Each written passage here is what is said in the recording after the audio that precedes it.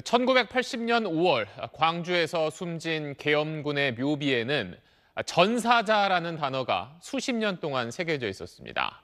그런데 최근 그 자리에 전사자 대신 순직자라는 말이 새로 새겨졌습니다.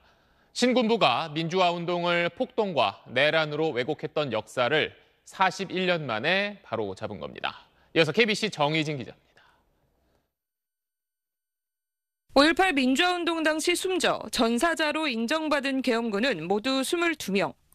폭도에 총에 맞거나 칼에 찔려 사망했다는 신군부의 왜곡된 기록 때문입니다. 제가 지금 서 있는 이곳 현충원에는 80년 5월 당시 숨진 계엄군 22명이 안장되어 있는데요. 이들의 묘비에 40여 년간 각인돼 있던 전사라는 글자가 최근 순직으로 모두 교체됐습니다. 국방부는 지난 1997년 5.18이 헌정 질서를 수호하기 위한 정당한 행위라는 대법원 판결에 따라 지난해 말 재심사를 통해 계엄군은 전사자가 아닌 순직자라는 인사명령을 내렸습니다. 계엄군들이 폭도에 의해 숨졌다라고 기록된 사망 경위에서 폭도라는 단어도 삭제했습니다. 이에 따른 후속 조치가 41주년 5.18을 앞둔 지난 3월 모두 마무리됐습니다.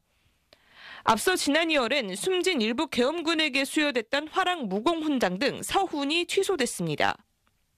국가보훈처는 다만 이들에 대한 예우는 유지하기로 했습니다.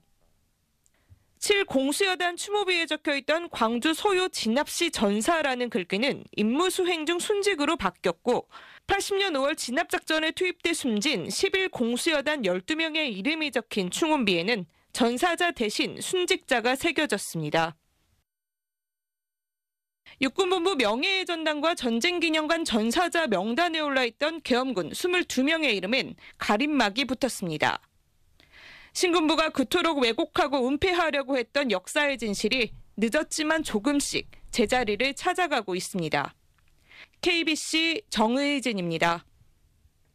네, 안녕하십니까. 김현우입니다. 더 많은 뉴스와 라이브 이벤트를 보고 싶으시면 화면 오른쪽을 눌러서 구독해 보시길 바라겠습니다. 또 저희 SBS 앱을 다운로드하시면 속보 알림도 받아보실 수 있습니다. 항상 저희 SBS 뉴스를 시청해 주셔서 대단히 고맙습니다.